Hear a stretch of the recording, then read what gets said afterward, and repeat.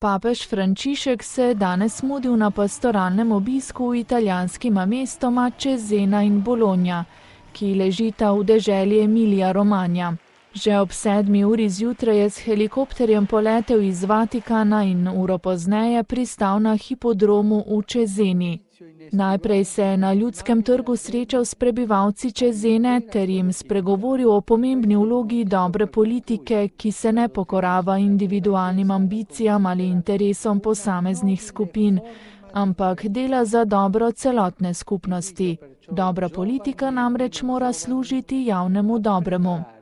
Ljudski trg, na katerem je potekalo srečanje s svetim očetom, je več stoletij kraj srečevanja meščanov in prostor trgovanja.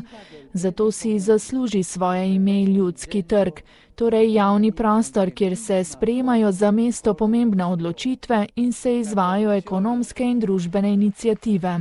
Je simboličen kraj, kjer se želje posameznikov srečujejo z zahtevami, pričakovanji in sanjami celotnega meščanstva, je dejal papež, kjer posamezne skupine spoznajo, da je njihove želje treba uskladiti s kolektivnimi, kjer se spoznava, da brez vztrajnega, zavzetega in inteligentnega prizadevanja za skupno dobro, niti posamezniki ne morejo uživati svojih pravic in uresničiti svojih najplemenitejših hrepenenj, saj se s tem odpravi urejen in civilen prostor za življenje in delovanje.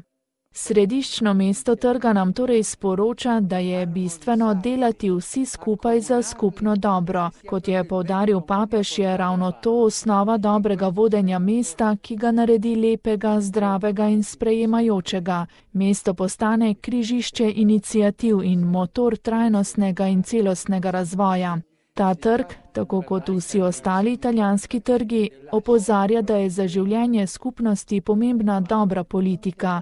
Ne politika, ki se pokorava individualnim ambicijam ali oblastnosti določenih interesnih skupin. Potrebna je politika, ki ni ne sužnja, ne gospodarica, ampak prijateljica in sodelavka.